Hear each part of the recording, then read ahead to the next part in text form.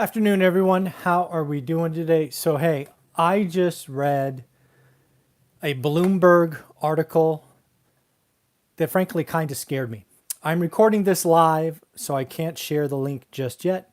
But as soon as I record this, I will go online and put the link to the article in the description. But as the title of this thumbnail says, it looks like, at least in the rent stabilized buildings, that 25% of the tenants haven't paid rent since March. Now, I'm left scratching my head because, frankly, we have all seen numbers about multifamily collections being in the at least mid 90s, if not higher. Now, those were obviously US-wide numbers, so they were never New York only.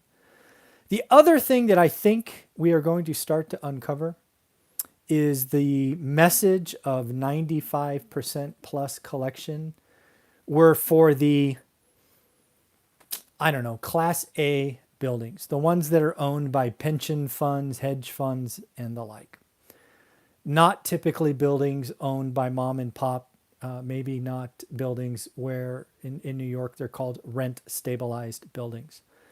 So that may be a disconnect. I'm not sure which one it is, but I think we have to ask ourselves, what if in the big cities we are about to see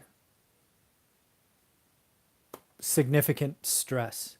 When we think about 25% of the tenants not paying rent in a certain class of apartments, that is scary. That is going to impact tenants, owners, the city, the state, banks, and ultimately a new buyer. So again, I'm going to put the link in the description to the article so you can read it yourself. But I wanted to sort of play out how I see the dominoes falling. So as we know, New York, like many cities, there is a hold or a freeze or whatever you want to call it on evictions. In replace of that, because there is no legislation that I am aware of currently enacted that forgives rent, New York has chosen to make the debt a consumer debt. So, for example, as the article highlights, there's a set of individuals that pay $4,000 a month rent. They're now 4 or 5 months behind. So what the owner is going to do is they're going to establish, at least in the meantime, a debt of $20,000. Think of it as a judgment. Now, as a landlord who frequently runs tenant credit and the like, it is not uncommon for me to see medical judgments. You know, something happened, you owe 10, 15, 20 grand. It's a medical judgment. So this consumer debt is going to show up, and it is going to show up as owing a landlord. So besides the credit hit, which this judgment will do, whenever this eviction comes around, because it will eventually come, it's going to be hard for that tenant to get that next place. Unless, and I think this will happen, frankly, a year, two from now, owners like myself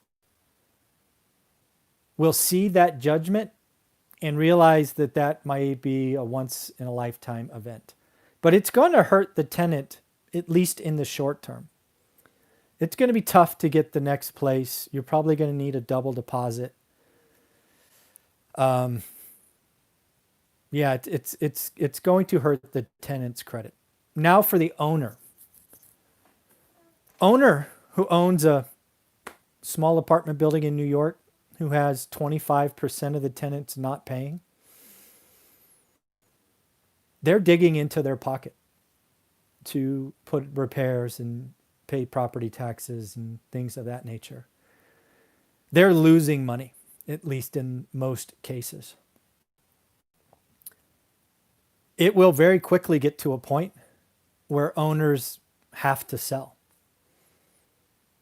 And we're going to see, my prediction, less mom and pop owners by the end of 2021. Mom and pop owners owning 5, 10, 15, 20 units who've relied on those units to, pay for their daily life. They're being crushed right now, and no one is helping them, and no one will probably reach out and help them either. And I think the mom and pop landlord is in big trouble in big cities like San Francisco, like New York. You have paid big prices, really low cap rates. You have older buildings that require huge capital expenses. And now, at least according to this article, 25% of your tenants aren't paying. And in another part of that article, you have 17% vacancy. If you do that economic occupancy, so 17% vacancy, let's round to 20%, and then you take a quarter of that aren't paying, you've got an economic occupancy of like 60%. You can't run a building that way. Not unless you own it free and clear. And even then, it's probably tough. So tenants are going to be hurt, but there will be ways they can get around it. There will be owners who have owned properties probably for generations that are going to lose them. Now for the city and the state, your property taxes collection and fees are going to go down. One thing I thought it was odd in California is our lovely governor went ahead and put in an eviction moratorium like everyone else, but he still wanted his property tax revenue. So while he basically told me to take it, he still wanted his property tax revenue. That's not fair, but nobody said life was fair. So again, what's going to happen though is as this goes by, there'll be less people paying their December property taxes and their next April property taxes. So cities like New York and San Francisco that are already reeling, you're going to have another couple of years of pain. Then there's the banks. If there's financing on these mom and pop owners, even if they did 65% LTV, you could be very quickly underwater. And there will be many owners of, just like we're seeing in retail and in hotel or hospitality, there's going to be multifamily properties where banks just sell the paper. They sell the note because they just want out. And there's going to be banks that have to be forced to foreclose and they don't want to. So there's a lot of pain ahead, assuming this article is right, that 25% of New York tenants aren't paying and there's 17% vacancy. This is clearly not being reported. Again, I go back to the fact maybe this is not Class A stuff we're talking about. But the last thing is these properties will eventually retrade at greatly reduced prices. Rents will likely go down, at least in the short term. So it will be easier to rent or cheaper to rent. There will be opportunities to buy non-performing notes and buildings in distress. So all of these funds that you and I are hearing about, distressed funds being developed by hedge funds and asset managers and the like,